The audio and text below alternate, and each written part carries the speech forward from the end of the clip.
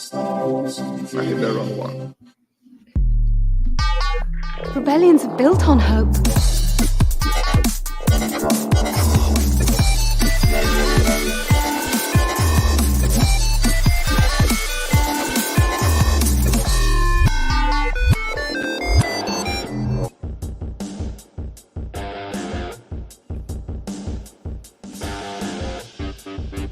And welcome to another episode of Radio Rebellion Star Wars Podcast. I'm your host, Alberto, and with us on the other side of the screen is OT1 Kenobi, our co-host.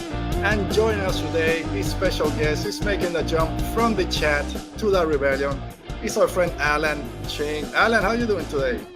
Hey, I'm doing real good. I'm over here in California. Hey, I'm all the way over here on the other coast, but fortunately, we're stuck in the occlusion zone over here. But we're doing okay, yeah. All right, I see that you have your High Republic shirt. I forgot to wear mine today, but you're representing because we will be talking about the Eye of Darkness at some point today.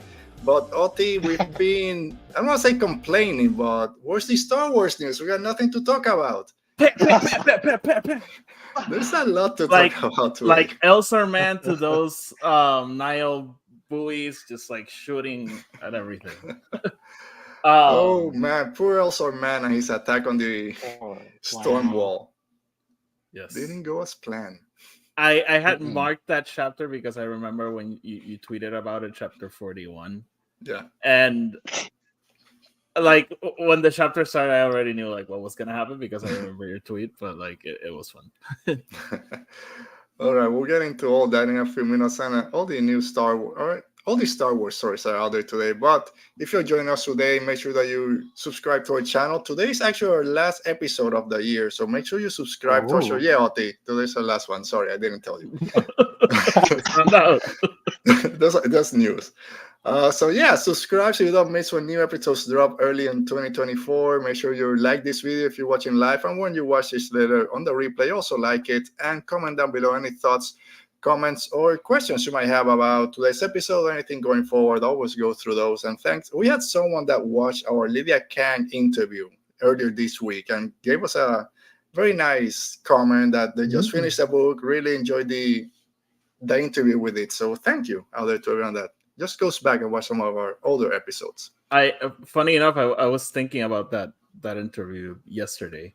But while I was in my Uber on my way here, and that I think that's my favorite thing I've done as a Star Wars podcaster thing. So thank you, Alberto.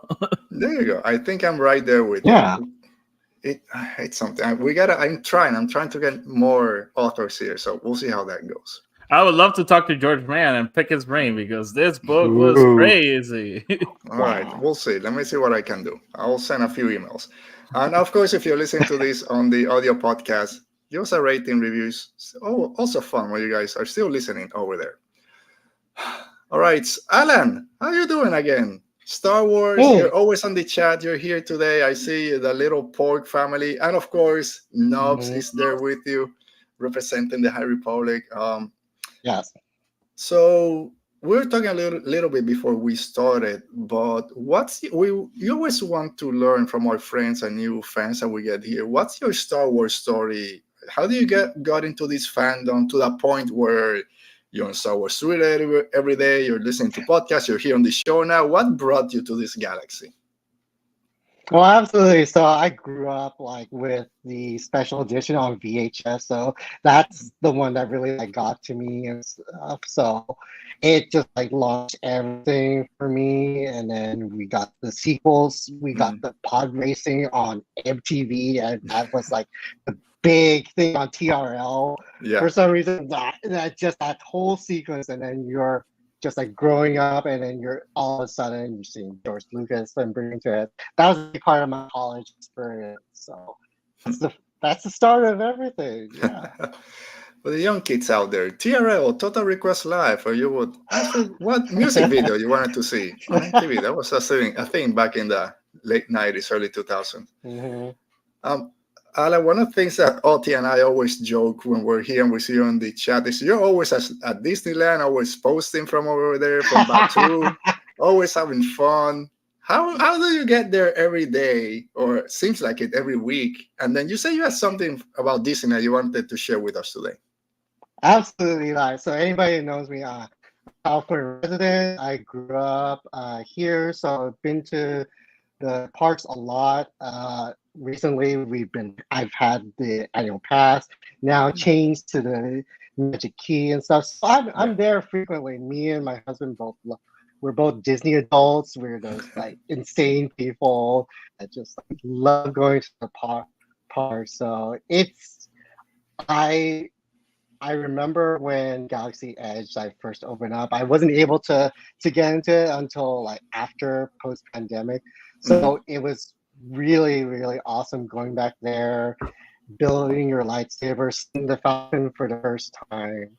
But so I'm in it. I love going into there all the time, and just the feeling of seeing like everyone now compared to when I was a kid when I first we have grandmas in Grogu gear and stuff, so Wow. you can see how much power, how much the hold that Star Wars has, and just everybody now. So yeah, so with Disneyland, we have a lot of news coming up for the first time. They announced their 2024 event calendar, and typically during for Star Wars, they do the whole May the Fourth be with you. So for this year, they're doing a big event called Seasons of the Force going from April 5th Yeah. to June 2nd. So we will see the return of Hyperspace Mountain, the fantastic overlay on Space Mountain, just like rushing around, seeing the X Fighters and all that fun stuff. There's going to be themed merch and food and special things that are happening for those 2 months, and big exciting things coming to Star Tours. The adventures continue. We're gonna get new sequences for the Star Tours. We don't know just yet, but I'm hoping let's get something Andor. Let's get something maybe even Ahsoka. Uh, and then we're also getting fireworks over Galaxy Edge. Uh, over Falcon, you can always see the fireworks at night. It's a really great spot if you want to avoid all the crowds and stuff, because there's a lot of open space over there. Now for the Seasons of the Force, there's going to be fun theme music just for. I'm sure it's gonna be on millions, but fun Star Wars music just for the fireworks, and it's going to be fun. And then we're going to see the return of Disneyland After Dark, Star Wars nights. There's going to be 8 nights across for the After Dark, which always sells out. It's very fun to do. Uh, and there's going to be 8 nights of that happening in April and May. Funny thing enough, that May the 4th actually does not have a Star Wars After Dark night, but usually they do something, but it may be just food and stuff. So that's everything. It's refused this year. Disneyland looks like they're doing a lot of things. I'm expecting that they're going to be like synergizing like a lot of things, because they really tried hard with Ahsoka coming out. They had Walk Around, they had Hera, they had a Ahsoka actor sort of walking around Star Wars Galaxy's Edge, which was fun. I didn't get to see them because it's only like a short thing, but Disneyland, I think probably because of the strikes and everything, they weren't able to do all the push that they normally do. So they're probably, I'm anticipating they're really trying to synergizing a lot. So we can only hope that there's going to be a new Disney Plus show or something that's going to come out during that time, so that they can really like capture everyone that's going to be at Disneyland. They're going to be excited about whatever new show, animation, or the new one coming out. But everyone in Disneyland, hey, Star Wars is doing so great over there. You can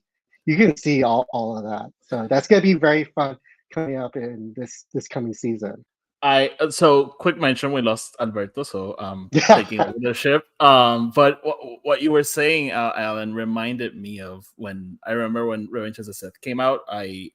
My parents took me to Disney World. Me and and my siblings, we went to Disney World, And we watched Revenge of the Sith in downtown Disney on opening day. But I remember that after that, like, I don't know if it was called Star Wars Weekends or Star Wars Week. I don't remember because it was a while ago. But I do remember that, like, Star Wars took over Disney World.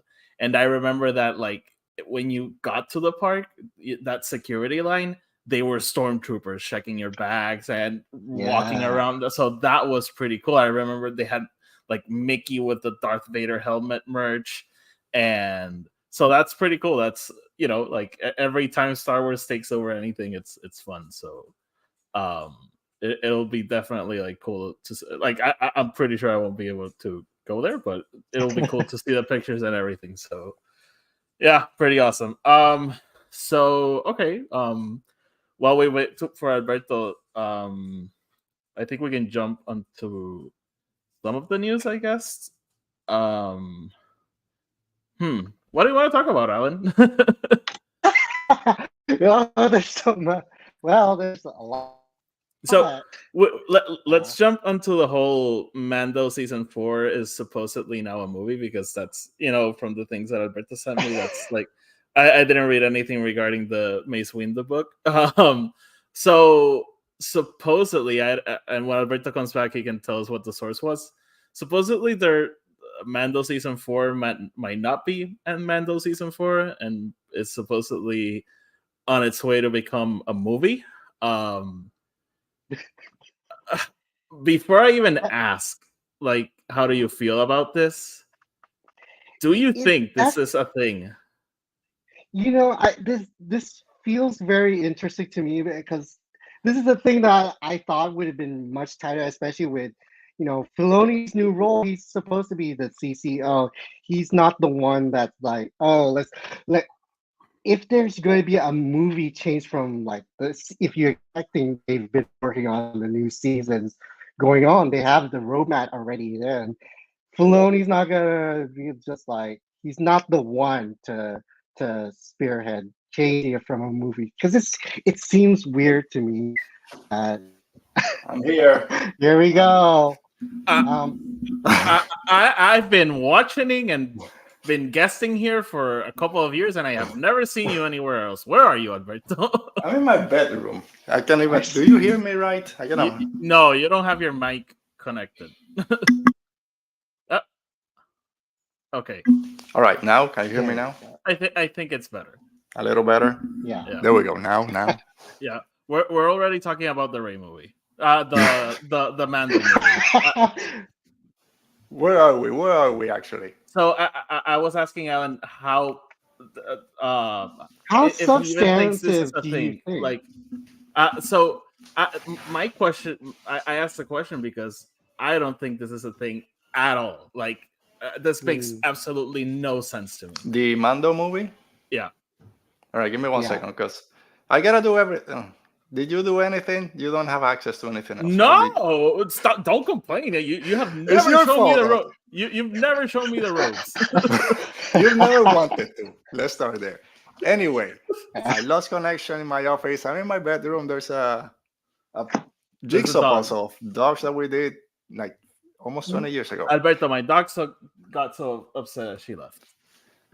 Maybe my dogs might show up back there at some point. Okay, Alberto, stir the ship. Come on. All right. So if you guys are ready, I'm not ready. Let's talk Star Wars and Star Wars news. Star Wars news. We're not going to do this again. Go on, Alan. Yeah. The Mando movie. I mean, to that, and you can see at Disneyland, everyone wants to see the TV shows. Everyone loves the merch. You have now seasonal Grogu merch. Right now, it's holiday. He's in the pram, in a snow sled. People there want to buy the merch, and it's so powerful. You see Grogu merch in the mainland Disney store. Oh, so you can see it's everywhere. It's everywhere. So, it's everywhere. So I don't see it. Doesn't make sense to be dense. To a movie. and taken off the Disney Plus. It doesn't make sense to me. I'll say like maybe like a Disney Plus movie, which I think we've all been waiting for it to happen and haven't seen it. I think maybe that could work, but like we just got 3 movies announced. Why wouldn't they have announced this one? Like, and that's like my thing with this kinds of discussion. Like, this doesn't happen overnight. Like, these are long conversations. These are big budget movies. It's not like Disney's like, here you go, $500,000, $500 million, go make a movie. Like, didn't we just have like 2 weeks of big Hollywood studios complaining about things being announced all of a sudden? Make no sense. We're not wasting movie. We're making things thoughtfully. We're having people talk to each other. So if this is a brand new movie that they decide, season 4 Mandalorian is not going to work as 8 episodes, let's just make a movie. It makes no sense, like you said, Oti.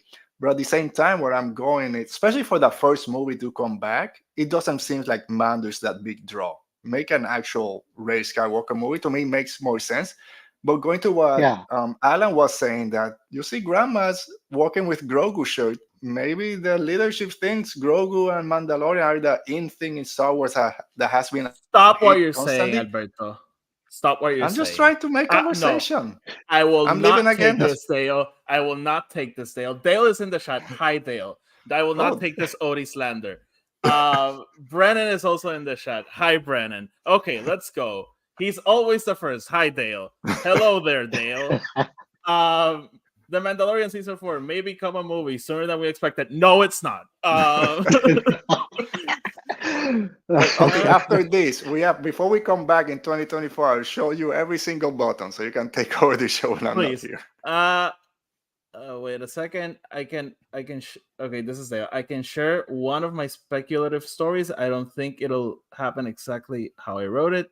It's still evolving. Okay, I want to hear that, Dale. I want to hear that. I was being sarcastic. I want to hear that. So okay, sorry. So to me, again, this came out of nowhere. Jeff Snyder in his podcast, he Hot Mike, kind of mentioned that his sources or whatever saying that season 4, which apparently just started kind of getting together, right? We've heard from Katie Sackhoff, from the guy that plays Mando. We're getting into it. This isn't the Bo-Katan story. We're still the Mandalorian. Yeah, now it's a movie. It's like, makes no sense unless this is actually the Dave Filoni movie that they're just moving forward and people have it confused with season 4, then maybe I'll take that. So that's the thing, because Jeff Snyder, people don't usually like him, but he gets good scoops. Yeah. Like, he was the one who said they're announcing 3 movies, and people laughed at him, and literally next morning, boom, 3 movies are coming. So maybe his sources are confused, but this makes no sense because we're already getting a Mandalorian movie. Like, that's the point of Dave's movie. Yeah. So I don't know. This is super weird. Alan, but I obviously missed like 10 minutes of this, but where were you in this when you heard this news? Were you like, yes, let's go? Because I've seen some people are excited for this, kind of saying, oh, if they didn't have this story for 8 episodes, yeah, let's make a movie. It makes sense. Were you excited, or are you kind of on the fence, like, I don't know if this is true or not? Yeah, it just seems baffling to me because Mando clearly is the flagship Disney Plus show, and I don't see them like letting go of that or losing it for a movie, which I don't see that there. Yeah, it's difficult to kind of say, yeah, this is a TV show, let's make a movie, and then let's go back to bring it to a TV show. So once you make a big movie out of it, it's kind of hard to then bring it back to just Disney Plus. Yeah, it's like TV shows that turn into movies don't usually go great, so we'll see. Like, if this is actually a thing that's happening, I'm not gonna be upset, but I don't know. I'm very skeptical about it. Like, I don't think this will be a smart or anything. Okay. Dale is asking if we're on Discord. We are not, as far as I know. I don't know. We are. I just don't use it. We are on Discord. I don't know how to use it that much, and it's been sitting for about a year, and I haven't posted. Really? I downloaded Discord once, and I have no idea how to use it, so I deleted the app. It's I don't know. It's there. So Alberto, you're the We're captain of the there. ship again. Take We're on control. Discord, brother. Okay, you are apparently. My last post, Okay. actually, December 16th of 2022, and Brennan was the last person to reply to my comment. So thanks, Oh. Brennan. All right. So did you guys went straight to the Mando news? Yep. All right. So let's talk about the actual movie news we were going to talk about, and it's. Let me get my notes because I'm not on my computer, so I had to take up. I mean, I'm at computer. I'm at my computer, but not the one I was using for my notes. So, according to where am I? To Film and Television Industry Alliance Production Tracking Services, the production list, the new Rey Skywalker movie will start filming on April 7, 2024, while Star Wars News Net says not so fast, as they believe it won't be until at least the summer before production begins on the new movie. So my question was, even if it starts in April or it starts in the summer, it's kind of the same, but are we excited that finally yeah, and then no, forget about that. It's Mandalorian coming. No. I find it very funny. Like, not so fast. It's not April. It's June. Also, I'll say this. This is classic American thing. Summer doesn't start at the same time everywhere. Like, summer in Puerto Rico starts like a month before it starts here. Like, calm down. Well, it's if you take the summer solstice, which is like the end of June almost, or is it like May when it starts getting hot? Alan, how do you feel about this? Oh, that button, you know where it is. You don't know anything else, but that one you know. Oh god. Yeah, no, I'm glad that they're getting to work on it. You know, I've been like watching especially because we know that the strike's delayed so much. So it's definitely going to like make whatever comes next more concrete. And I think that this is a fantastic like choice. If this is the next movie coming out, I could not be more pumped up if it's the Rey movie. If that's the first one. I for me it makes sense. I would have wanted it to be the last one of these three, just to build the hype. But I can't help but be excited. Like Rey, I'm excited. Coming back. I'm getting excited for Rey coming. Sorry, go ahead, Audie. And no, just saying, like the whole production starting gets me excited. Like I still remember like being at a stoplight and seeing J.J. Abrams post when they finished recording Rise of Skywalker and him saying like it feels impossible, and we get the picture of the big three hugging. And for me, it's like somebody knows already. Someone knows what the next Star Wars story is, and I don't know. I get excited. This is. I mean, if this is the next one coming and it's gonna start shooting in the next couple of months, if it wasn't for the strike, well, again, blame the studios. They were already been like halfway through shooting or something. Maybe. So, like you said, someone knows this story. It's there, and we could have been bracing for maybe a late 2025 release, maybe. Originally, I believe was December 2025, and now they're saying summer 2026. December 2026. So that was my question coming summer. up. Yeah. If it's usually 1 year for filming for this type of movies, so that's all of 2024. Then another year for post production. That's all of 2025. Where do you think this falls or releases? May, because May is Star Wars month, or let's go back to December where things have worked in the past. And I hope it's December. And there's a cat Me right too. now. I could see them maybe wanting to retake summer, May the 4th. Like, what's their date? But for me, Christmas is Star Wars time. Like, yeah. I watched The Force Awakens yesterday. I felt like it was back in 2014. I'm not gonna spin my camera around, but like my girlfriend already decorated everything for Christmas, and it feels right to be talking Star Wars and reading this book in a Christmas decorated place. I don't know. It felt right. What do you think, Alan? May or Christmas? What do you want? Hey, I'm hoping for that Christmas. All right. Who do you have there with you? So this is Harry, my cat. Looks like Goose from Captain Marvel. Yeah. He's an orange boy. He's very fun. Is he a Very flirkin? We don't Let's know. hope not. Let's Let's hope no. Hope not. Starts eating people. Haven't seen him eat anybody yet, but Okay, that you know of. that I know of. All right, before we move to our next story, so we've talked a little bit here, Oti, about for this Ray movie. It's Ben Solo coming back. How can they work that out? Let's keep that out for now. But do you think maybe Alan? I'll ask you first. Do you think we'll get Finn and maybe get that Jedi Finn that people have wanted to kind of explore a little bit? This is really why I'm super like excited for this movie, especially because it's really the time that we sort of get. I'm I'm Filipino, so I noticed that we need to see brown people, people Yeah. succeed. So Finn to get his Jedi story and then achieve that was teased and promised to us. So I want to see Finn get it. I want to see Rose because of all the anti-Asian that everybody adored, and Ray is the one that's going to get the Jedi Order and stuff because we saw Luke just lose his order, and that's it. So this is the time to retake that. Okay. I don't want to be like this sure about what I'm about to say, but I'm gonna say like a very me thing.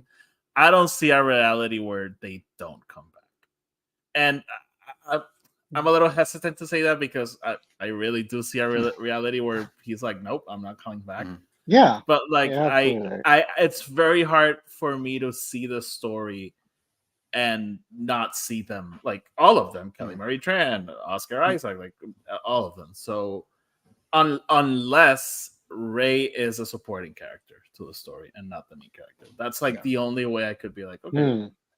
Yeah, but it's been already like Daisy Ridley is coming back. It's the Ray movie, so I'm kind of very difficult, at least this first one, to not have her as the lead. Maybe if the follow-ups. And I agree with you, Oti. And If that they could don't work. yeah. It's all the way how you set that up. If you set her up with a good supporting cast in that first one, then kind of push her to the background a little bit and bring the other people for second or third one, works great. So we're all in accordance that we're doing episode 10, 11, and 12. Okay. I think so. When she said, I've already read one, but I think there can be more, I think it is. It might be, hopefully it works as a single story. If for some reason it doesn't pan out commercially and they say, you know what, let's not spend another 200 million on this, then whatever. But I hope that they at least approach those actors to say, hey, we're writing this story. Do you want to come back? And if they say no, then great. But at least they were approached and they'll change the story. But to say, no, we don't want to bring Finn and Rose because that was too much of a chaos back in 2018, then that's a cop-out that we don't want. So hopefully at least they asked. Okay. They're saying, I think John Boyega will definitely come back if he is a good Jedi. Yeah, basically the main character after his training. So I don't think like he'll be like, yeah, I only come back if it's my movie, especially if he's getting approached to come to a Ray movie. Yeah. But I do think he'll be like very like, nah, I gotta see that script. I want some things on my contract. Like I think he'll be, I don't want to say difficult, but like maybe difficult. Like I don't think he'll be like, yes, I'm coming back. Let's do it. I think he loves obviously working with Daisy Ridley. I think he has a good relationship with a lot of people in Lucasfilm and Kathleen Kennedy. So I don't think that he's bitter to working with Star Wars. But I think same thing. It's all about the script. Give me a good role. I don't want to be in the background again, and that depends how you saw those movies. But I think he comes back for a good role. And again, he's a working actor. It's his job. So it makes sense. More than just like the script, I think he'll be like, no, what's the end game for my character? Like, oh yeah, like, am I gonna get fridged? Like, what do you have in mind? We lost Alan. Now we lost Alan. Just as Mo is here saying hi to Alan, then Alan leaves. Hi Mo. I think he saw hi Alan and just like, nope. So not Mo. All right, Mo, I see you need to leave, but thanks for joining us. Yep. We'll still get a couple of topics before we get there. All right, so while we wait for Alan to come back, let's jump to our next topic, which is Star Wars on TV 2024. It's almost there, but what's coming next? We have no idea. So in a press release from Disney Plus UK, only 2 Star Wars TV series are officially listed as premiering in 2024. the Acolyte and Skeleton Crew. We briefly talked about this, I think last week. There were some rumblings that maybe Acolyte comes before Skeleton Crew, but we were still, I guess, not debating, but thinking that Andor Season 2, Bad Batch Season 3, Visions, also the Jedi, all this was still coming up because there were supposedly 5, and now we're down to 2. I'll say I think that has to be wrong because I'm pretty sure they said Bad Batch is summer 2024. Like I'm pretty sure we already heard that. And like we talked last week, like the kindness are almost done with mixing the music, so the show is there. It doesn't make sense to push this for another year. And I think this is a show that you shouldn't give it too much of a gap. Like 2 years, I think is too much wait for Bad Batch Season 3. People might lose interest, but it's too far away. And we already got a trailer. Like, it wasn't celebration, but it was like a full trailer. It wasn't just like a teaser. I don't know. I think that's not like 100% accurate. I'm pretty sure we're gonna get Bad Batch. Yeah. So what about the others? And we just mentioned Bad Batch. Is there a chance again? If we gotta put the strike in perspective, do you think you got Alan? Let's hear. So now we just need to lose Oti at some point. Don't say that, man. So I'm not concerned about Andor not coming back that soon because, again, just as you mentioned, like we can't lose the strikes from perspective. For me, it makes sense for it to be delayed, like for 2025, and I don't really mind it. Like I don't mind not having 5 Star Wars show come out next year. Like I'm fine with 3. And I think I'm right there with you. When I saw that report of 5 Star Wars TV shows, like, man, that's too much. Like a new Star Wars shows every like 2.5 months or something. It's too much. Alan, so we're just talking about this report, or not report, a press release, I believe, that Disney Plus UK put out that only showed the Acolyte and Skeleton Crew as premiering in 2024. Do you think this matches maybe with what you would prefer, or are you kind of bummed that we're not getting? Seems like we might not be getting Andor Season 2, Bad Batch Season 3. Some of those other shows might be pushed to the following year. Yeah, so like I have the perspective that, especially because like, I'm Disneyland goer, so there's this synergy that's gonna happen, especially with like Ahsoka had a bunch of their merch in Disneyland. It's in Disney, downtown Disney. They had a lot of different figures and hoodies and stuff. For them to put the Acolyte and for them to put Skeleton Crew, especially being a show that's aimed at kids, because there's a lot of High Republic is doing so well. Nubs. I'm expecting more nubs to take over Disney and proper, but it's everywhere. So they're having 2 shows to focus on. They have a chance to get that merch out. That puts more eyes. And when you're wearing the shirts, Not again, Alan. Alan, no. All right. So I think he makes sense. Years ago, we were talking about how maybe Star Wars marketing wasn't the best, and all the promotion material coming after the show. With Ahsoka, they've kind of pushed a lot of the merchandise really quick. And if you want Disneyland and Disney over here in Orlando kind of just keep up with the times, it's difficult to kind of run through all the merchandise every couple of months just to bring Acolyte, Andor, Skeleton Crew, Bad Batch. So it kind of makes sense also just let's slow it down a little bit, have 2 or 3 shows, and then push all that out there. Oti, when do we hear something official? Because hopefully the High Republic show, we're all waiting for the next episode on the Star Wars YouTube channel to come out. I wouldn't be surprised if we get a trailer or an announcement for the Acolyte when the High Republic show. It could work, because last time when they revealed Buriaga's fate was right before Tales of the Jedi came out, Tales of Light and Life, and it was during the High Republic show. They spoiled it. Yeah, they spoiled it, which I think was bad, but still. And I think before that, after that, wasn't in a High Republic show when they mentioned that some of the characters from the books were jumping to the High Republic, to the younger Your I think Jedi so. Adventure. Yeah, So I it kind of think makes so. sense that they announced something with the High Republic show. So it's coming. People have been asking That Christina Rio when's the next episode. She's kind of being, that would be like a nice bomb because yeah. we know like what the next books are. So that would be like a cool like just like a 30-second teaser. Like here you go, boom. Like Yeah, even if it's whatever they show at Celebration, just give us that. I'm tired of the potato camera. I want to see a 4K one.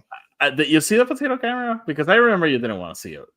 I saw it because I saw it a couple of months ago, and it's kind of tilted and all that The stuff. the original potato camera I saw was like, yes, it didn't look great, but it was awesome. It is. So Alan, are you excited? You're a High Republic fan, so are you excited for the Acolyte for whenever we see official images and trailers and all that stuff? Yeah, I missed out on seeing because it was exclusive to Celebration Europe, so I've only seen Shaky Potato Cam. I want to know what all the characters that we love and all the new ones that are gonna be because it looks awesome. Yeah. I'm hoping we know Vernestra. I'm hoping we get Oppo Rensis or Yarel Poof. I love that how every time he shows up in a book, the book goes into detail how weird this character is. Yeah. Oh Like- man, it's one of those things we always say, or you always mention when we talk about Andor or Ahsoka. Like, yeah, they don't read the books. They don't read all this other stuff. Can Leslie Headland, because this is coming from this publishing initiative, like making connects or at least references that people might not get. We talked about Doctor Who. You might not get all the references from 5 Doctors ago, but it's still kind of a good nod. So it's still some mention of Abel Chris, or you remember when I just thought that Vernestra could mention her master, and I'm about to die. I'll be right back. There we go. We lost it now. Stellan Ernesto mentioned Geos. Stellan Geos. Mhm. I never got a chance to tell him about my visions with your. Oh my next- god, I'm gonna die. He died 200 years ago. Oh, Oh man, it's. I'm ready. Let's move on. We gotta move on because this is too much. So this was a nice surprise. A couple of days ago, or like 2 days ago, a new Mace Windu book was announced. So yesterday, both Tom Holler from Penguin Random House senior editor and Del Rey Star Wars Twitter account announced a new book coming next year with the release of Mace Windu, The Glass Abyss. There's a long synopsis, but I'm just going to read the last paragraph. Intent of fulfilling Qui-Gon's final wishes, Mace travels to Migatos and infiltrates the enemies of the Sa'ad. But as the Jedi Master investigates the boundaries of the Jedi Code, challenging his belief and his relationships to the Force itself, and it comes out August 6, 2024. People wanted more stories between Phantom Menace and Attack of the Clones. We're getting that other Jedi book with all the Jedi Masters, and now we have this Mace Windu fulfilling Qui-Gon Jinn's final wish or final mission. Alan, are you a Mace Windu fan? Are you some of those that blame Mace Windu for the fall of the Jedi and for calling Ahsoka a citizen? Where do you fall on Mace Windu and then this book announcement? hey, I can I like all the different perspectives out there. I love Samuel Jackson. He's great. I remember seeing him when in the cartoons when Gendy Tartakovsky. That was a good version of that. But it's very interesting that he's the one to get a final wish from Qui-Gon Jinn. Yeah. Give to wow. Yeah, of all the Jedi that Qui-Gon can reach at the end of his life, in case I die, I want Mace Windu to check this out. Otis, so we have this Mace Windu book. Like I just forgot the name of the other Jedi Masters book that's coming out. Plus we have a Mace, The Living Force. Thanks. We also have a Mace Windu kind of comic series that's coming out. So there's a lot of Mace out there. Are you surprised by this? Are you excited to read Mace Windu stories? No. Is that why you're leaning back? I saw you leaning. Let me pull this up. Alberto, I thought you would know this. I love Samuel L. Jackson. I love his performance. I love him. don't like Mace Windu. I hate that character. I do blame. For me, him and Sure. Luminara are to blame for everything. No, they're not to blame for They're not to blame for everything. They are the embodiment of everything that was wrong. Yeah. And I do not like Mace Windu. I know people love him, and I'm excited for everyone to get this book and dissect it and read it. I will not be one of those. I look forward to listening to the Radio Rebellion review. All right, I'm just gonna read for anyone that might be listening to this on the audio podcast. Dale said on the chat, "Now we lose Oti, not to a connection issue, but he's dying inside." And I saw that's why I went to Alan first, because I saw you kind of just leaning back, and oh, that's why he's not the biggest Mace Windu fan. Let me go to Alan first, get some good conversation. I'm very excited for the Living Force. I am not excited for this book, and again, like, I'm glad it's coming out. I'm just like. I'm selective with the books, the Star Wars books I'm reading. Yeah. This is not going to be on my list. I'm going to send it. If they send it to me, I'm going to just forward it to you. Here you go, Oti. It's your responsibility. If someone like is like, oh, they read it. Like, you're going to like it, I'll read it. But, like, no, I'm not very interested. And by the way, just quick mention. Like, I hate Mace Windu. I do not blame him for the citizen thing. I think that was a very appropriate thing. Mm-hmm. It's fine. It's one of those similar to when I just wrote the name Crimson Rain that came out a couple of months ago. I wasn't going to read it, but got the opportunity to get an advanced copy. So of course I read it and I enjoyed it. So maybe hopefully it's the same. I was trying to get my hands on advanced reader copies. I don't like the Kindle thing. That's why I jumped out of NetGalley. Yeah. But if that's like the first one that, hey, Oti, you get to read it, I'll be like, thanks. But no thanks. Okay, Otis' views do not reflect Radio Rebellion's views on advanced copies. No. My opinions are my own. Yeah. It was a cool synopsis, but like Alan said, it's kind of weird that Mace Windu is the guy that Qui-Gon leaves kind of a death message. If I die, make sure that Mace Windu gets this. It's an interesting synopsis that they kind of explain this book. So the cover is pretty cool. You gotta give it at least for the cover. The cover is awesome. I'll give it that. Again, and it's like I'm not like pinching myself like, oh, Mace. I just don't like the character. Like, so if I'm not gonna invest time in reading a book. Right, for you guys out there in the chat, do you like Mace Windu? Are you excited for this book? And we're still waiting to hear Alan's pitch. I mean, not Alan's. Dale had a pitch that he wanted to mention. I wanted to see what that was. Do you want to know what's a great cover? This is a freaking great cover. That's such a great cover that we are going to jump straight into it right now, and it's a spoiler review of The Eye of Darkness by George Mann. The Return of the High Republic, Phase 3, Trials of the Jedi. Oh my God, Oti. This book, we enjoyed Phase 2. We weren't the greatest fans, but as soon as we start, it's like, bam, we're right there where we left. It's been a year, but oh my God, it just straight up punched in the face with that prologue. By the way, there's a recurring thing in the book. Like anytime Lena So or Markion or Gira is talking, they always do the hand thing. And it reminds me of me, like every time I want to talk here, I always do like something like this with my hand. I agree with what you said, Alberto. Phase 2 was different. It was, I think it was very on purpose why it was different. This book makes a lot of sense of why they did what they did with Phase 2. I still don't love, like, I sometimes say we should have started there. I don't know. But this was an amazing return to form. I'm not sure I'm ready to rank or anything, but I just love every single second I spent with this book. And to answer what I was saying before we started recording, this morning, this book has 67 chapters, I think. This morning, drumroll, I was in chapter 17.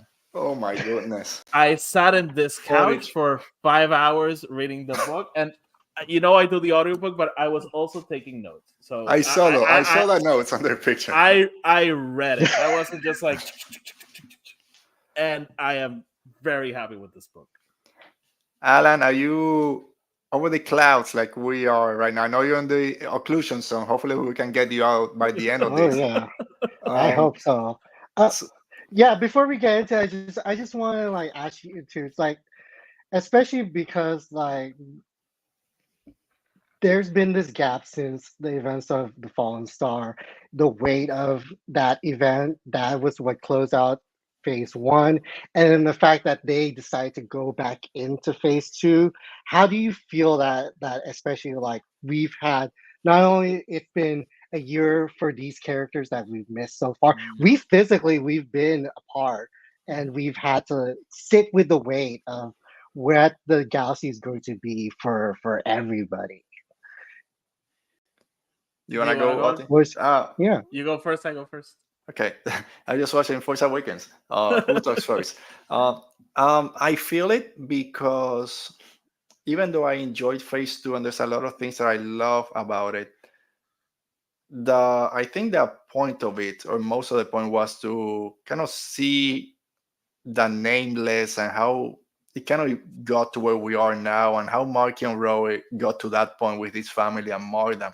I think that could have been done in one big novel. You can cover most of that, or a long comic series. I think it was too much. And even though there's some characters I did enjoy, it was not the same. Like coming back after a year or year and a half since phase one ended with the Fallen Star, which, like you said, Anna, just left us with that big gap, that big hole in our chest. I think it works because we feel just like the Mhm. characters feel right now. Because I Yeah. love that we also got that 1 year gap in the story. It's not like, oh, it just fell down yesterday. Let's go attack the now. Now it's no. We've been suffering for a year. But also, Lina So and the council said this throughout the book. It's yeah, we there's a big loss. The galaxy is still moving. There's still stuff that we need to do. Also, I know you want to go attack, but all these people still need help. I still gotta manage the galaxy until the chancellor. So we're in that same spot, right? We've been Yeah. suffering this. So when we get them, I think we're right there with them. So I did enjoy that part. Is we and right now, like phase three, Oti, we keep talking. It's they're gonna push this till late 2024. So we got the Wow. next book doesn't come out till like March or something. So it's we need time. So I'm okay with it.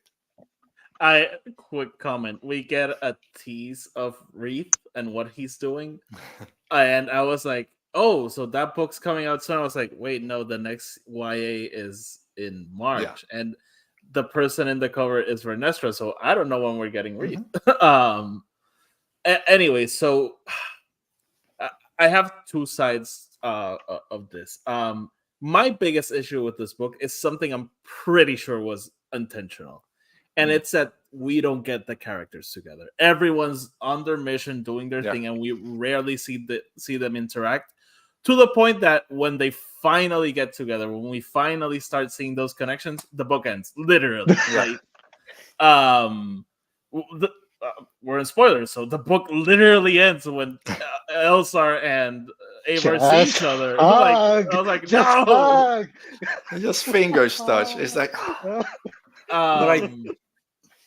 So in that sense, I was like, at the beginning, I was like, come on, like, when are they gonna be together? Like, not just Avar and Elsar, but like everyone. Like, yeah. we don't see Elsar and Belle talk, like, basically, except for that one scene. So at first I was like, come on, come on, come on. But then I realized like they're doing this on purpose. Yeah. And but on the other side, it was very interesting because we see all these characters in a very different state that we left them a year ago, and that was like surprising but also fun, like figuring out where their head is at, like seeing Elsar second guess absolutely Everything. everything he's doing, seeing Avar feel that she has to atone for what she did,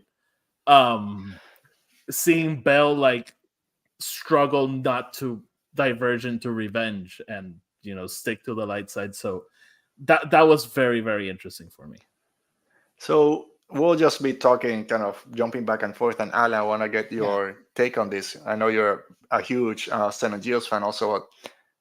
That Avar, that part of her feeling so guilty for what? For Stellan's death, for the fall of Starlight, because she's like, I'm the marshal of Starlight Beacon. Yes, Stellan took it because I'm going crazy following freaking Lorna D. instead of being there helping out, if I was there, I could have helped out. So now Yeah. she's into the occlusion zone, trying to help Rhodians. Oh, let me take this shipment of grain to them. And when she does that, like, okay, great. What's the next one coming? No, this is it. Oh, this is only going to last us a week. It's like, it doesn't matter what I do. It's not enough. And I love that freaking little Ugnaught that's with her. It was great. I have spoken. But Alan, for you seeing, I mean, the book in general about Abel Chris, the hero of Hetzal, broken down to this point. Yeah, no, I really like the perspective especially because the reason why she's in the occlusion zone in the point is because she got that confession with Elzar, and like this common romance trope. I want these characters to talk and hash it out, and they just need to talk it out. But no, she runs. She's the one that runs straight into doing. It is my duty. I'm supposed to be the hero. I should have been there for Starlight Beacon, but this is my fault. And so that's the reason why she's on her own, and that you feel that way. Yeah. But it's a classic, like Romeo is romantic, and you feel that. You feel Elzar literally like pining, sending messages love across messages the across the stars.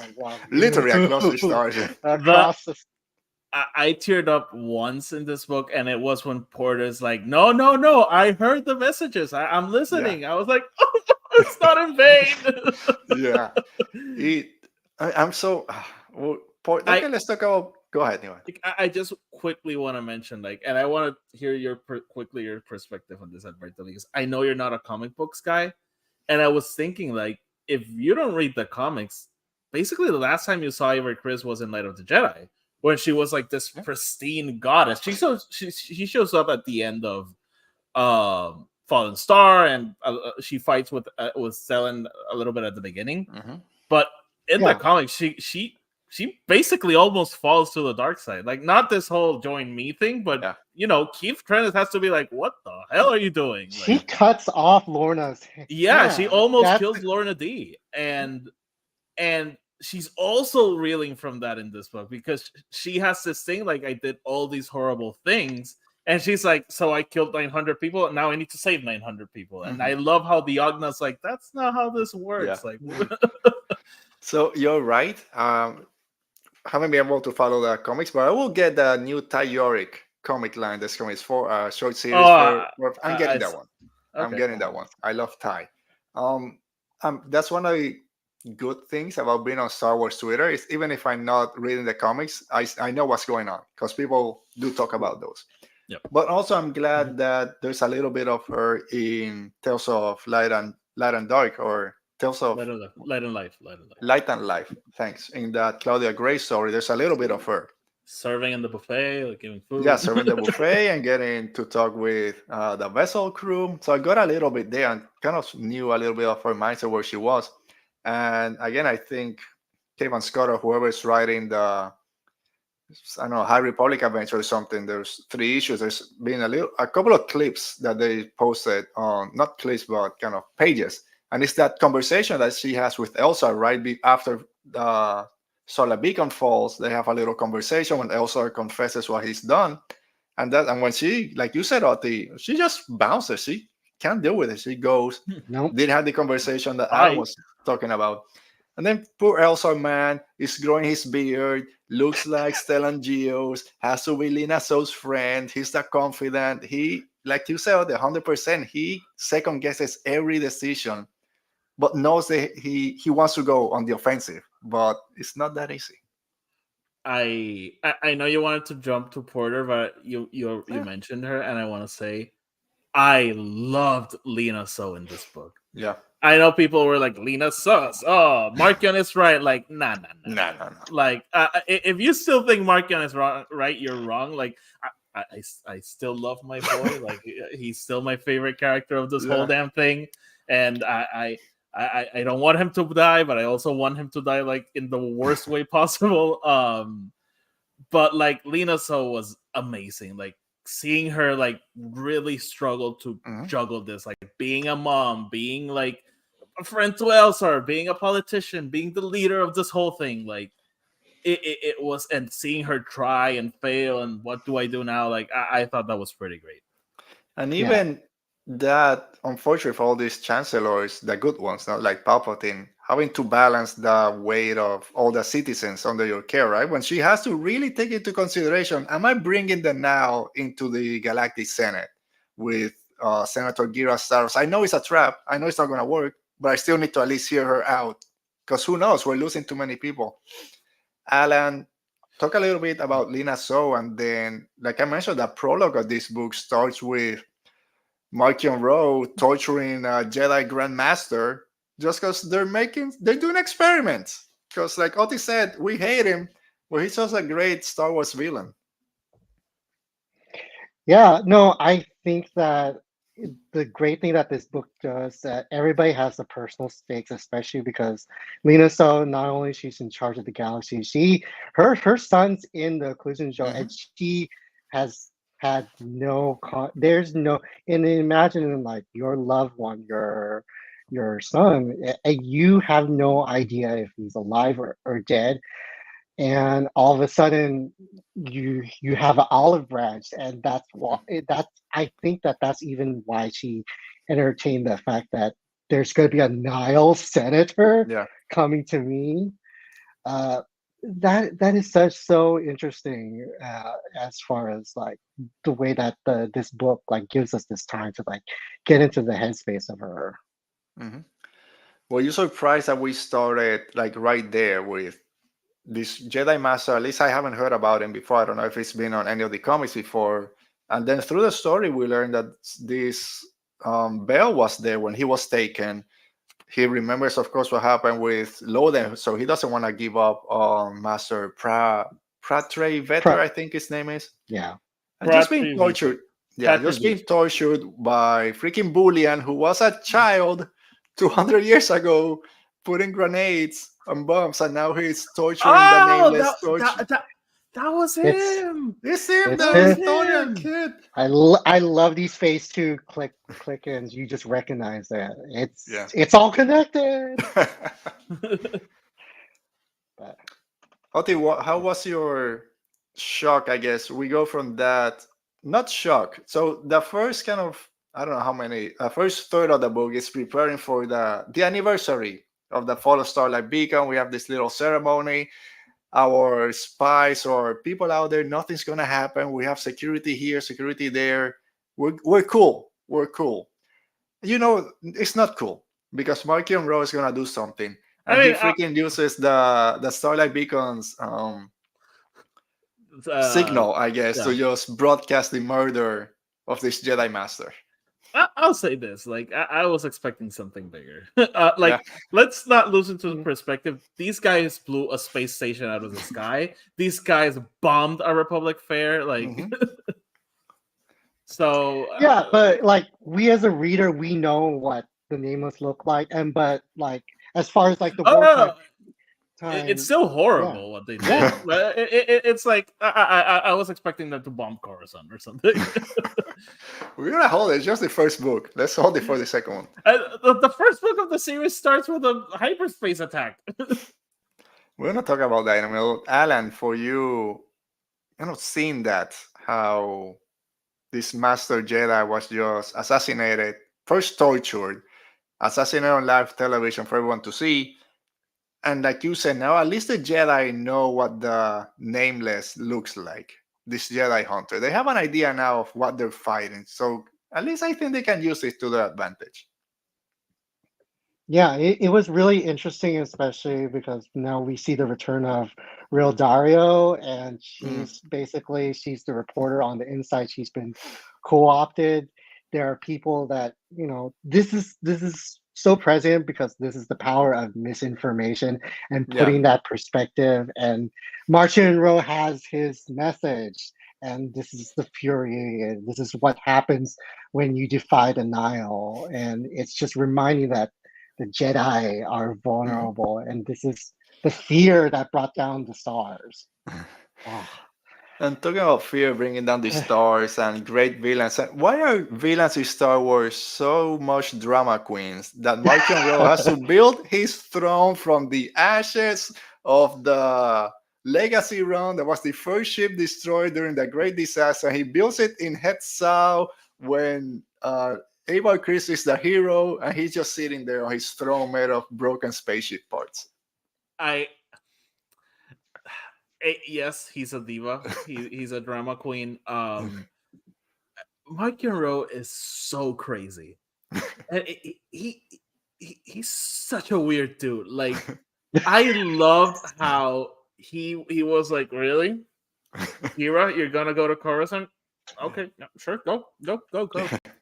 And then like the whole strike happens, and he's like, we sent you there and they attacked us. Like, it's like, you didn't even want this to happen. Like, what are you talking about? He co-opted all that. And also there's a perspective that Gira was the one that reorganized the Nile in the first place. She established the 3 new ministers because there's no more Tempest. We're the Tempest runner. I do miss them.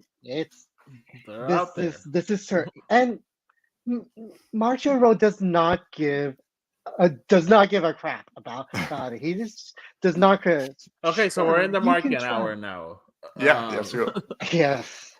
So I've been saying on phase 1, probably like the second book or something, third, Mark Monroe didn't care about this now structure. He doesn't care really about governing. It's just his hate for the Republic and the Jedi. And we're seeing that full on. And like you mentioned, Alan, Gira's trying to, no, if we want to make this legitimate government power, he doesn't give 3 F's about it. Go to your Republic. Like, those are your peeps. I'm going to kill everyone. And he knows he's making her move. So it's going to be interesting. I love that scene when she's telling him, and he's like, do you really think I'm interested in governing? Like, no. Like, I don't care about taxes and healthcare. Like, no. She said, you won. You bring down the beacon. No, they're alive. I haven't won till I've killed every single Jedi and the Republic is ashes. I haven't won. So, like you say, he's gone. His head is gone. But he's like a bratty teenager that grew up to be a monster. For me, like, his brain still works like it did in Rising Storm, where he's like, I gotta take, and even in Light of the Jedi, I gotta take my revenge on these guys for killing my dad, only for us to learn that it was him who killed him. So it's like, what mental connections are you making here? Like, and for me, that's why he's so interesting. He's so unpredictable. We never know what he's gonna do or what he's thinking about, because I don't know what's going on in his head. Like, it's just like random things are connecting, and I think it's that Marda insanity going on. At one point, I think he hears Marda, He right? said, and his dad. I marked it. I have a structure on how I mark things in the book. I marked it as a very important moment, and he's talking to his dad again, and he's like, and I'm also talking to this old woman that was in my family, Marda or something. I'm like, he's gone. Once he goes into the Marda path, he's gone. Yeah. We have these ministers with Bullion and Gira Saros and what's the name of the other guy? General Viz, which I guess showed up in the Blade comic book. So he has a little bit of beef with Porter Engle. Let's jump to Porter a little bit. And I love that they bring in those, even if I didn't enjoy Phase 2 that much, they're still making those connections that it still matters. Love that his armor, or her armor, I should say, is made of Beskar, so you can just slice her down with a lightsaber. I love Porter. We met him in Light of the Jedi making his the Blade of Bardotta. What's all this? And now he's this great Jedi Master.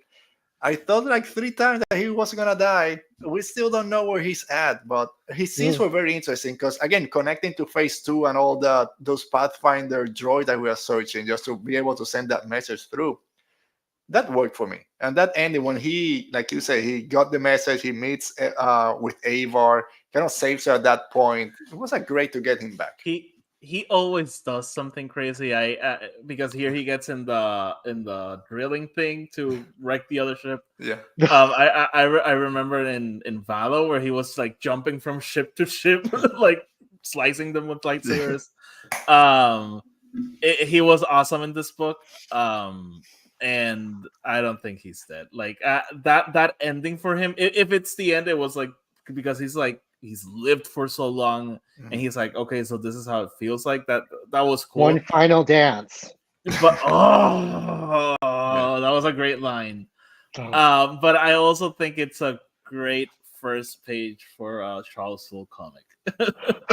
Oh yeah. I mean, Alan, where do you stand on Porter Engle? Because General V, same thing. He's not dead. We kind of they're separate. It was very Force Awakens with Kylo and Rey separating. It was kind of the same thing. They're kind of different levels of those two ships kind of breaking apart, kind of fade to black. We don't know what happened to them. Do you think we'll get them back, Alan? I definitely think so, but this was like a great ending, especially for those of us that read the Blade and have so many Phase 2.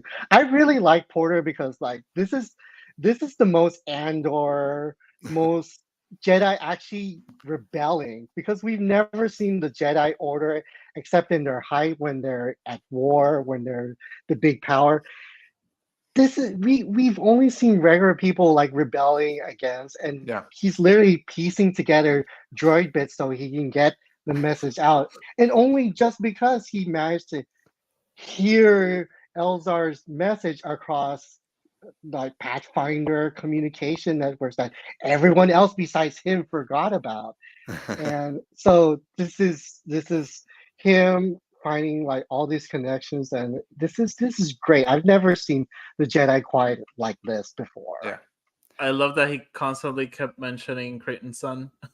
Yeah, Like, it's from the other book. that guy. Yeah. So you mentioned at the beginning, Oti, we got Bell and Buriaga patrolling the storm wall, and we got mentioned some of my favorites newcomers, which are Asaso and his master. We got Lydia Kang's book, so Amadeo, and they're gonna show up obviously in some of the next ones. So in the Reith novel. Yeah, in that Reith novel, something about the Nameless, Tears of the Nameless, I think. Oh, I would love to see Amadeo and Reith together.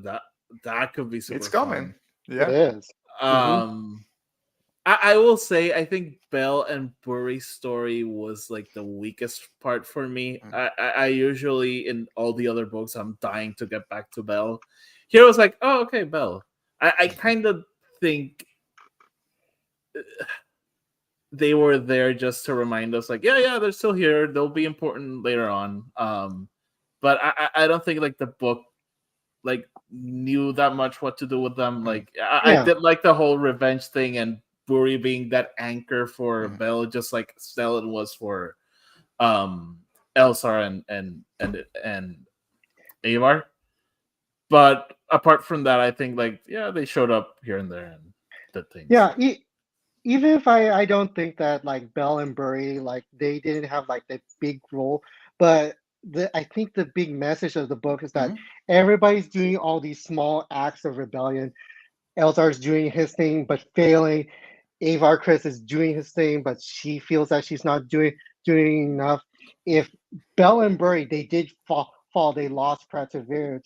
But if they weren't in those places, we wouldn't get to the end. No. We wouldn't get to that final point. And the Jedi know that nothing they do is small. Everything is there for a purpose, and they are there moving forward.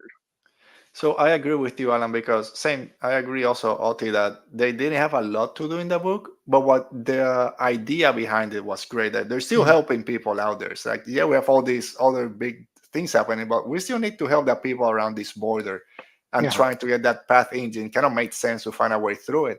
Yeah. And just kind of covering all that with kind of bringing Bell back to it when they're helping on this planet that everything's falling down and you're just trying to help someone. And then Buriaga's like, I'll hold this up. I'll burn myself. Just go and save someone. We at least need to save who we can, right? We can't save everyone. Let's just save who we can. That's what the Jedi are there for. It's also reminding us the Jedi are here to help people. They're not this big warrior army out there. They're here to help the people in need. So that message was really good. Throughout this whole book, I kept remembering a scene from Justice League, the movie, and I can't remember if this is in the Snyder cut or just in the Joss Whedon version. I don't like the Joss Whedon version. I don't like Joss Whedon. But there's a line in that movie that I love. That's when they're about to strike the parademons. That Flash is freaking out, and Batman grabs him and just like save one person, just one person. And that's like basically the theme. You can't save everyone. Like it's literally impossible. Just do what you can. Like stop thinking about redeeming yourself. Just do it. Just save one person. So one that tried to save someone and ended up killing like a dozen people was our friend Elzar Mann, which you said it, Otis, since before this book come out. Elzar Mann is gonna Elzar Mann at some point, and he did his best holding back. Kevin Toy told him, I think I have a plan. If we kind of repeat these measures, that droid that's broken up, he won't be able to know what's going on. Let's just go. We can go and cross. And no, they couldn't. And all this starship just crashed into the storm wall, and he's about to kill himself at some point. I don't know how he's still alive. I'm gonna push back. I don't think this was an Elzar Mann moment. I think it was heavily influenced by him pushing, like, we gotta do this. But let's remember what happened before. Lena Soh said yes, and Lena Soh's the one who everyone. She puts her hand up to Kevin Tar, like, no, I got the information I needed. The entire council said yes. So yes, he was very pushy about it, but I don't think this was an Elzar Mann moment. I don't think it qualifies.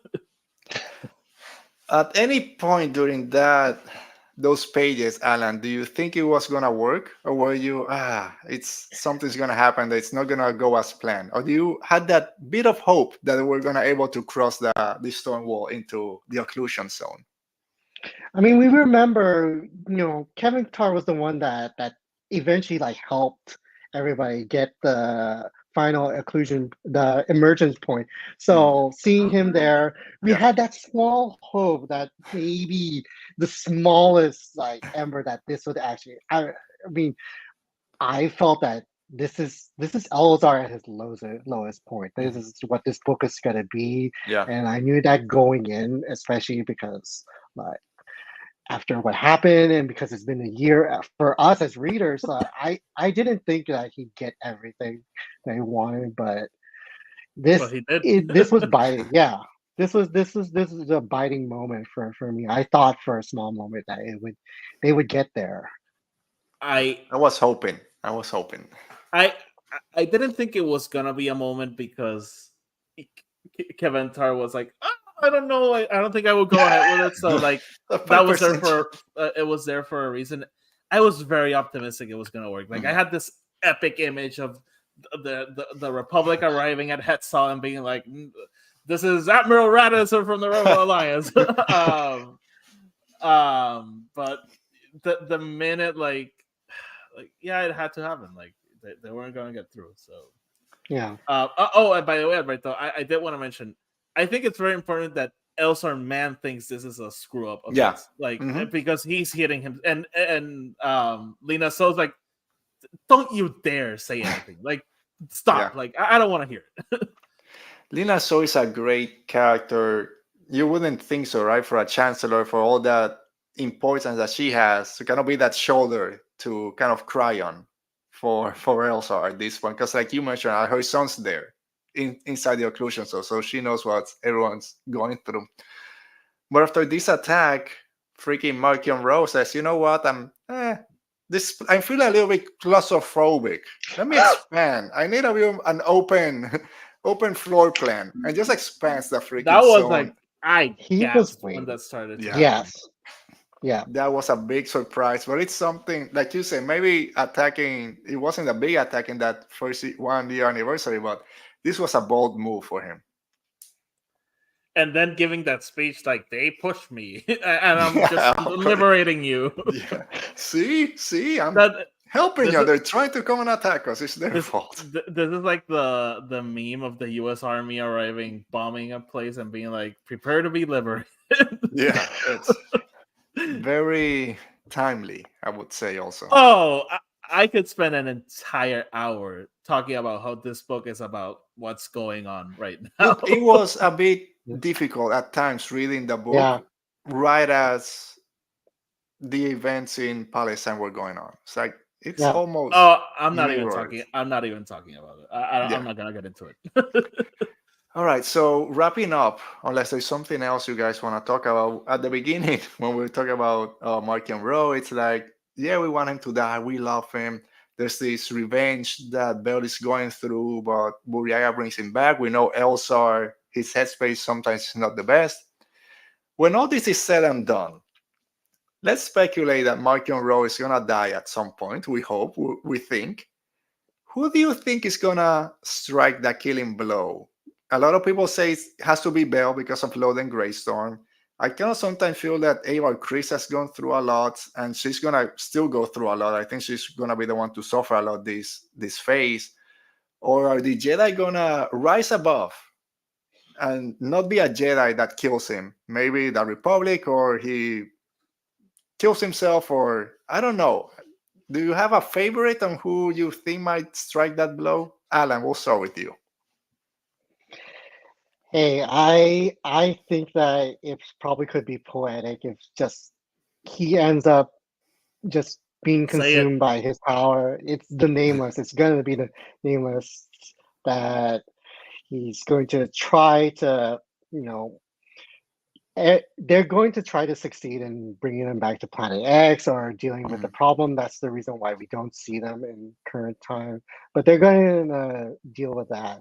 But as we saw with the Mother, your corruption by using this power, like, it hurts you in the end. You may achieve everything you want. You may have the adoration and the eyes and stuff, but you're rotting from the inside. And I think it's just gonna be like Palpatine's. You're gonna forge your own downfall. Okay. I 1,000% agree. I don't think there's gonna be like a big fight. We'll probably get a fight, but I don't think that's gonna be his downfall.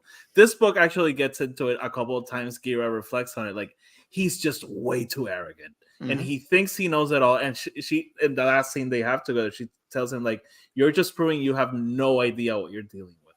You think you know the Jedi and the Republic, but you don't." And I think that arrogance is going to kill him. And I keep thinking of that moment when he's getting the leveler in Rising Storm, where he keeps seeing Asgard telling him, like, you have no idea what you're getting into. And I think that's where that's the line this is going to go. Like, he's just too ambitious. And another thing, he has no plan. And once again, everything is trembling around him and he does not see it. And maybe he does. Maybe he has a backup plan. But like the three magistrates, something I forgot their name. Ministers. The ministers. Ministers. They're like, what is this guy doing? Because there's the one that goes to. It's not one of the ministers. It's one of their assistants that tells Gira like, let's stay in touch because this guy's cuckoo for cocoa Cuckoo yeah. I'm very interesting to see what this Bulio guy is doing, because we've seen a few images already of the experiments he's doing with the Nameless. He needs more Jedi to do those experiments and to feed the Nameless. I don't think that they're trying to, let's give Markion the Force, and then the Nameless eats them. But it's also a lot of people out there also talking about it's not the Nameless fault, right? They were taken for their planet. We saw what happened to the mother you mentioned, Alan. She, by hiding her force sensitivity, got destroyed at the end. Well, yeah, I hope that it's not a Jedi that does it, just because after this kind of era ends and we get into the prequel era, right? The Jedi, the peace and justice in the galaxy. We don't want to go into that era with them just murdering just their enemies. But I think it's very interesting. I kind of agree with what you guys are saying, that Markion Rowe just has this big ambition without a plan to get to it, or with a final destination, basically just making it up as it goes, just destruction. It might be someone from inside. It might be Gira Stowe you're a Star just with a backstab, and then That'd be just get cool. eaten. Yeah, That'd be cool. because I hate her. This is probably one of the characters I hate the most. But she knows what's going on and how to play both sides. I think she's gonna keep kind of playing it up and gonna have something to do by the end. I hope she finds some redemption in some way. Because I think she's realizing that she's done something horrible. Mm-hmm. And I think that's something that will be interesting to study as the story goes along.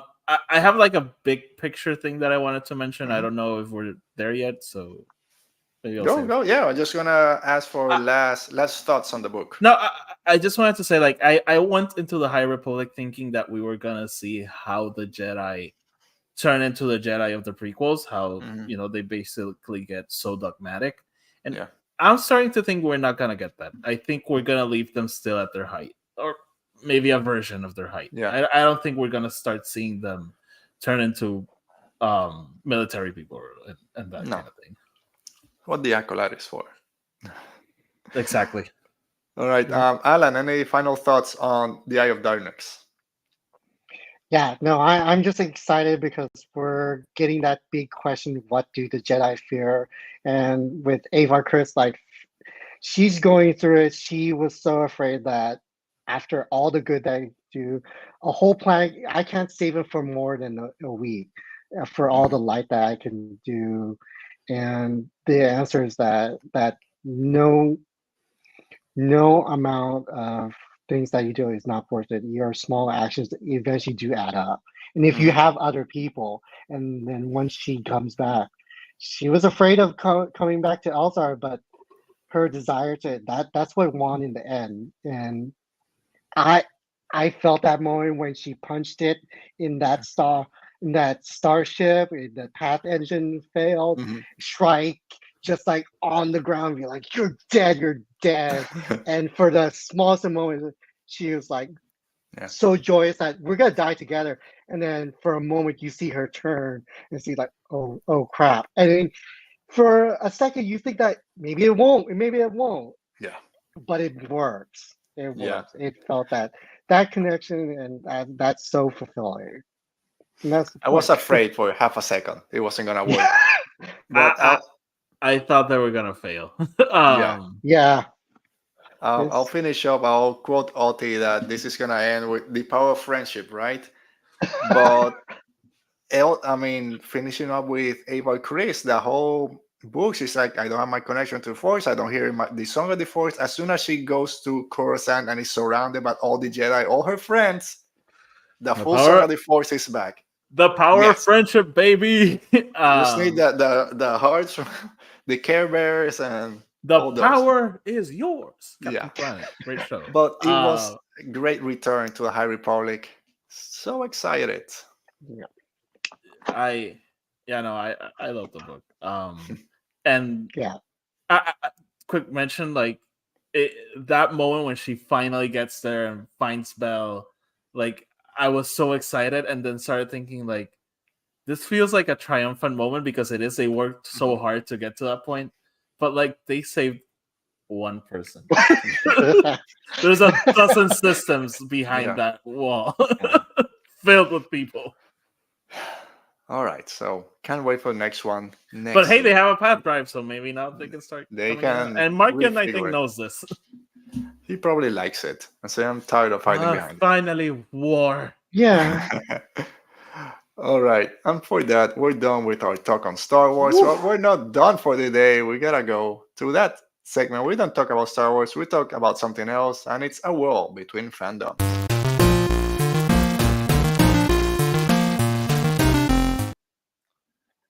All right, a world between fandoms, and there's only one. Actually, before we go into Doctor Who, Ote, you know what movie I finally watched? Which one? Everything, everywhere. I saw your gift. I finally watched it. I watched it 2 days ago. That's my favorite part. I love that because it's just a throwaway line. Because I actually didn't remember it's a rat. It's Ratatouille, and then no, freaking Ratatouille is there again. I'm good. Loved it. My wife and I were just rolling on the floor with freaking Ratatouille. Enjoy the movies. Very crazy. That part just had me. I great movie. I love it. Yes. I did want to mention, if you have not seen, I know you haven't seen it, Alberto. I don't know if you have seen I it. know. If you guys have not seen Godzilla -1, I'll Oh. just echo my tweet. Find the largest theater with the loudest sound and go watch that movie. That movie is unreal. Like, I please, almost please went. watch it. I was in I need Texas to. these past couple of days. My hotel's right in front of a movie theater, and I didn't go. I couldn't find the time. My brother went yesterday, and it's raving about it. I know. I gotta find a I moment to go left watch my it. office Christmas party early to go watch it, and halfway there, I was like, "Why am I Oh. doing this? Like, come on, I could watch it in the weekend." Yeah. And I do not regret doing it. I think this is like the point that has had people being like, "Wait, what? Like in a Godzilla movie?" Yeah. In the last scene, there was a person like 2 seats next to me. It was a guy alone in the theater, just like me.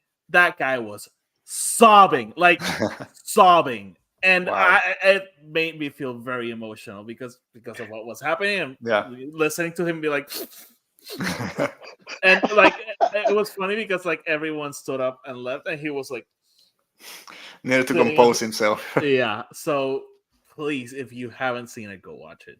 All right.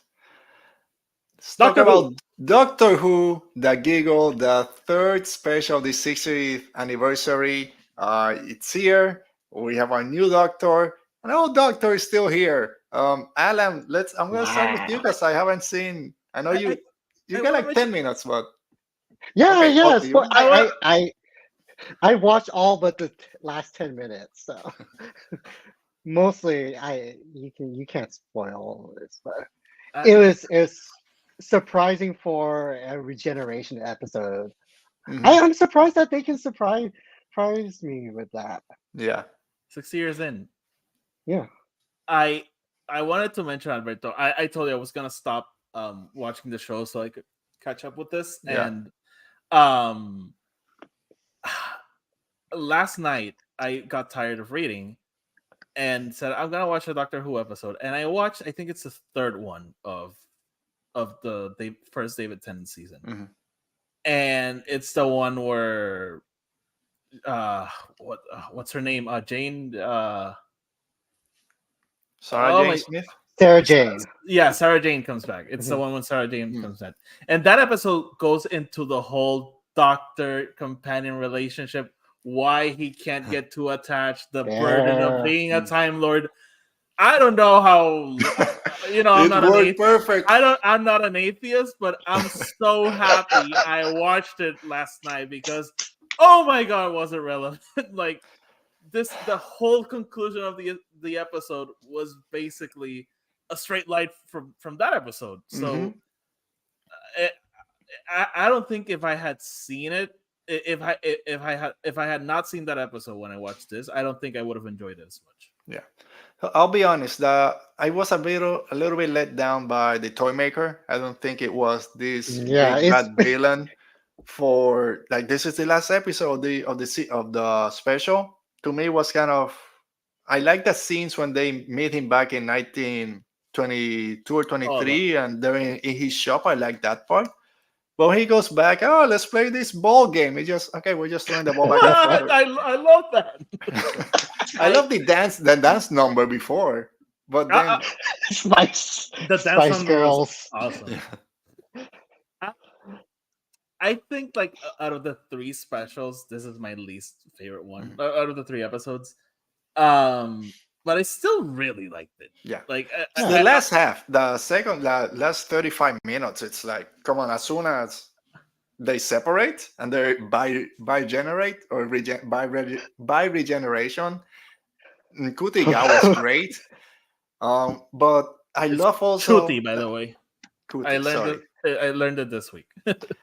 You mentioned this, Oti, when we talked about it last week, is how Doctor Who, since season 1, takes its moments. Yeah, we're fighting freaking aliens. Let's take 2 minutes to talk.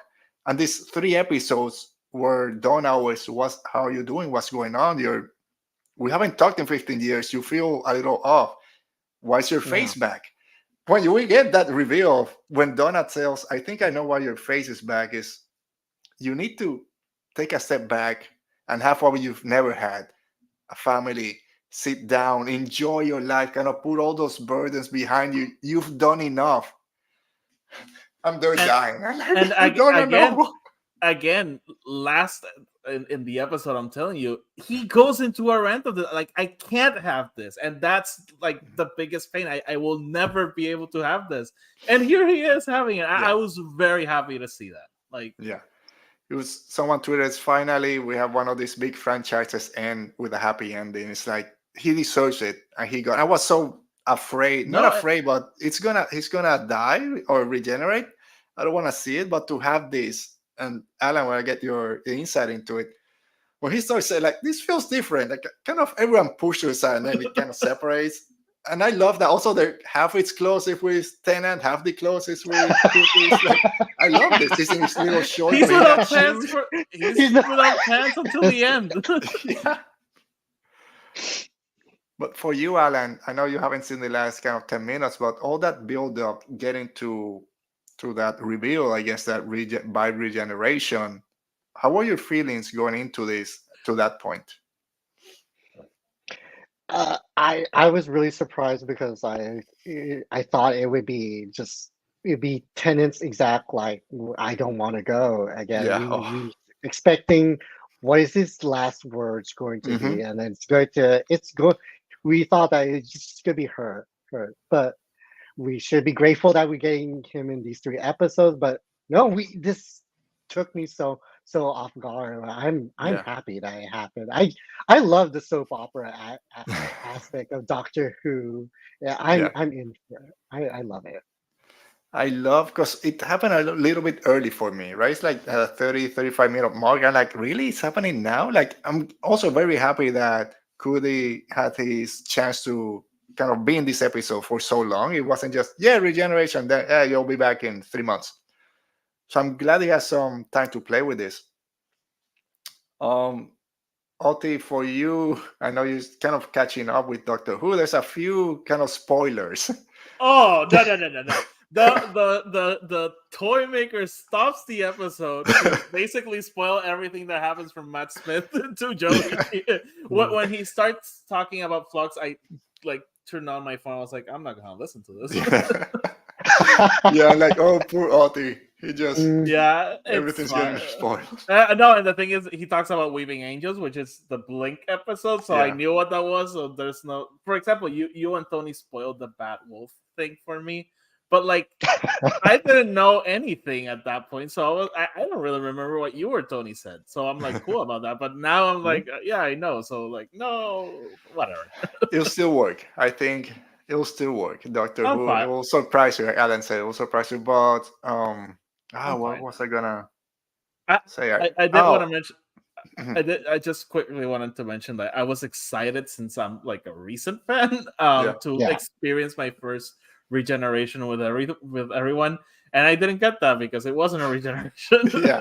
You can say it was a bit of a cop out, actually. Really, but the ending works. You can still have it if you wanna. Hey, in 5 years or whatever, let's make a story with 2 doctors.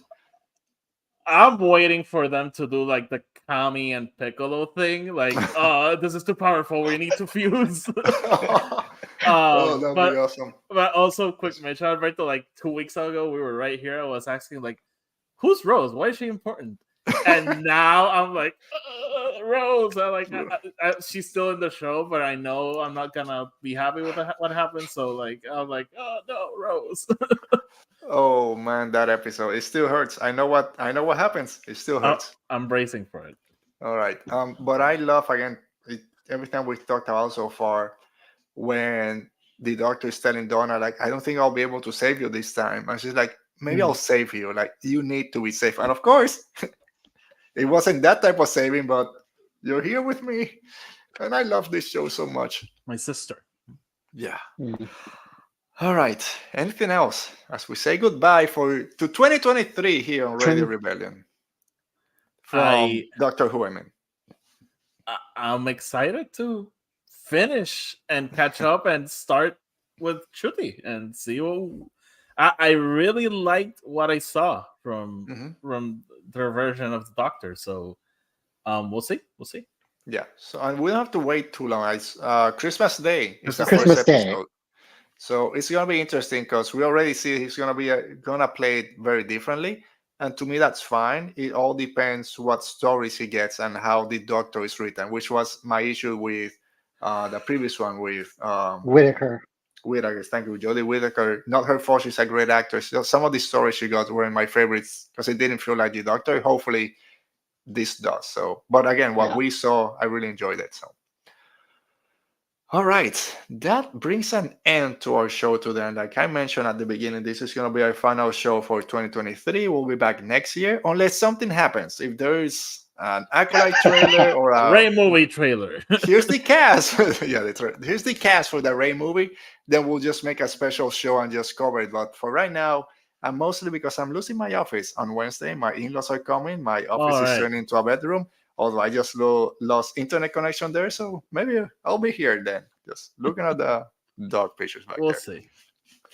All right, Alan, thank you so much for being here with us today. It's a pleasure when you're on the chat. It's a pleasure when you're here. So where can people find you? Where can they follow you? Anything else you want people to know? Absolutely. Thank you so much for having me. You can find me on Twitter at Alan Ching. I'm on TikTok and Instagram at Touchy D-Pad. All right, Oti. I will quickly mention I never plug anything. Yeah, Stay no. tuned to my Twitter at EP Star Wars because if you like Doctor Who, I'm working on something. It Yeah. might be something. I don't know still what it is. Maybe I just saw an image.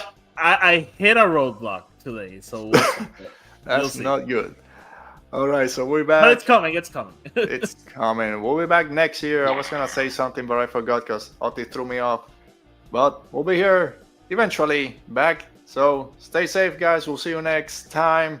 Be safe. Stay safe. May the force be with you.